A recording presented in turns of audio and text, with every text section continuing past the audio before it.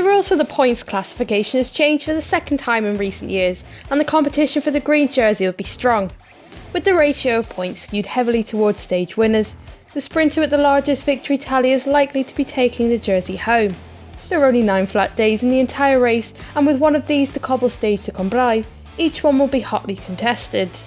Eurocycling News' top 5 sprinters to watch for the Tour de France. Peter Sagan has been the winner of the points classification for the past 3 seasons and would be hoping to edge closer to Erik Zabel's record of 6 in a row. To do that, he must improve on his record from the 2014 race, which saw him go home without a single win to his name despite many top 5 finishes.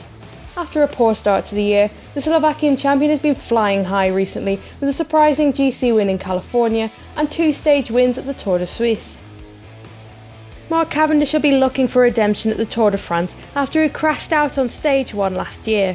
The abandon saw Cavendish fail to take a Tour stage win for the first time since his debut in 2007.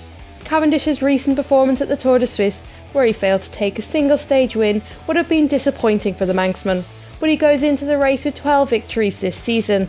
He's a favourite in every sprint that he enters and is a strong contender for the green jersey in Paris. None has won more than Alexander Kristoff in 2015, with 18 victories already notched up this season.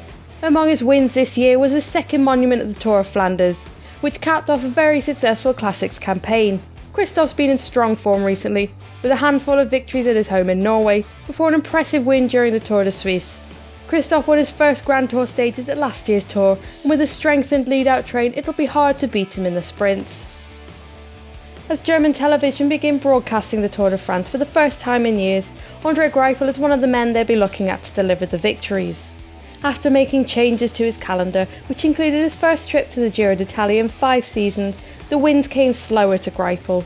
That's all changed now with 4 victories in June alone, and he begins the race as one of the riders to beat.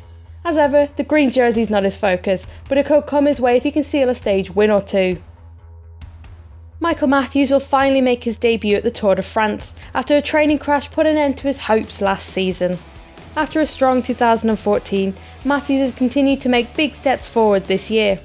Matthews has been going for quality over quantity in 2015 and it's worked out, with wins at Paris-Nice, the Tour de Suisse and the Giro d'Italia, where he spent another stint in pink. With his well-proven talents, it's hard to imagine that Matthews won't add his first Tour stage win this season.